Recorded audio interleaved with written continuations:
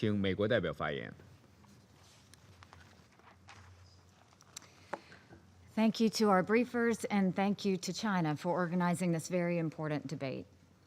Over the past couple of decades, a welcome shift has occurred in the international community's relationship with Africa. The United States regards itself as a partner to Africa and looks to build on that relationship and strengthen it. And in a relationship of equals, responsibility falls on both parties to contribute to solutions. We applaud and encourage the increasing leadership the African Union and African member states have exercised in contributing to peace operations and battling terrorist and insurgent groups. And today, we reaffirm the African Union's role as an indispensable partner to both the United States and the United Nations in promoting peace and security in Africa. But true progress cannot be achieved unless the efforts of the United Nations and others are accompanied by accountability on the part of governments involved in conflict. The developing famines in Africa are a tragic example of this. More than 14 million people are at risk of famine today in northeast Nigeria, Somalia, and South Sudan. This is a crisis that should be leading every newscast and on the front page of every newspaper. The United States will continue to lead in bringing together resources to overcome this crisis. On July 8th, we announced an additional $446 million in humanitarian assistance to suffering people from South Sudan, Nigeria, and Somalia, bringing the total for fiscal year 2017 to $1.4 billion. And we thank all the donors and communities hosting the displaced for their incredible generosity. But our ability to provide real relief is hampered by one inescapable fact. Armed conflict is the primary cause of food insecurity in South Sudan, Nigeria, and Somalia. Famine in Africa is an issue of peace and security. People are dying of hunger, not due to acts of God, but acts of man. It is the parties to these conflicts that bear direct responsibility. They are responsible for the lack of access to people in need of food, water, and health services.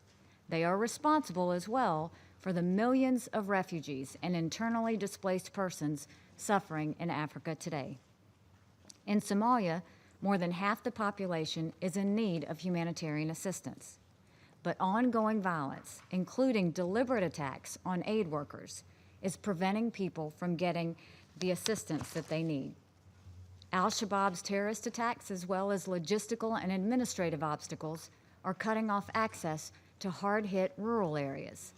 We urge the federal government of Somalia and the leadership of the interim federal member states to facilitate delivery of humanitarian goods.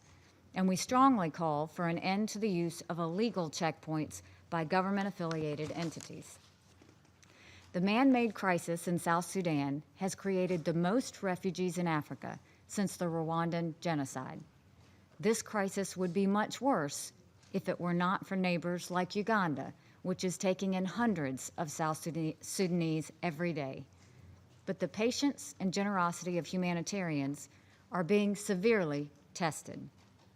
Their efforts to lessen the suffering in South Sudan are being actively obstructed by the government and other parties. These famines are a sign of a collective failure, and any effective response must begin with the nations of Africa themselves. AU member states must ramp up their response to this crisis. AU Commission Chair Faki spoke for many of us when he said, quote, "I cannot hide my deep frustration at the silence and inaction of Africans in the face of the terrible tragedy of famine in these regions." We must continue to look for ways to bolster the capabilities of member states to promote peace and security. The African Union must work with sub-regional organizations and individual states to confront peace and security challenges with one voice. African nations must also work constructively with the United Nations to address an underlying cause of the conflict that is driving the risk of famine in Africa. I have spoken many times about the relationship of human rights violations to conflict.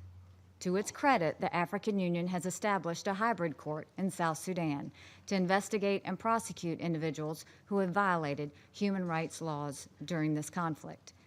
The establishment of this court and the message it will send is important and necessary if there is to be lasting peace in South Sudan. Still, the commitment to promoting human rights must precede conflict and take precedence over politics in order to secure peace and security. When the nations of the African group put forward a country like the Democratic Republic of Congo to be a member of the Human Rights Council, it does more than just weaken that body. It adds to the conflict that is causing so much suffering on that continent.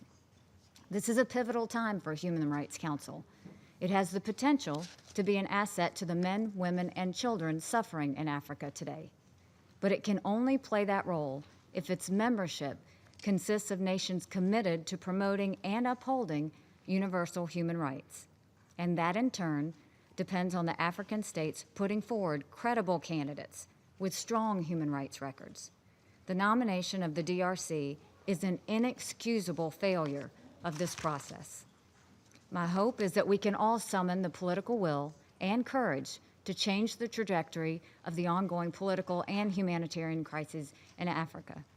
Famine should not exist in 2017. Our duty is to hold those responsible to account. The United States will continue to do its part. Thank you. 感谢美国代表的发言。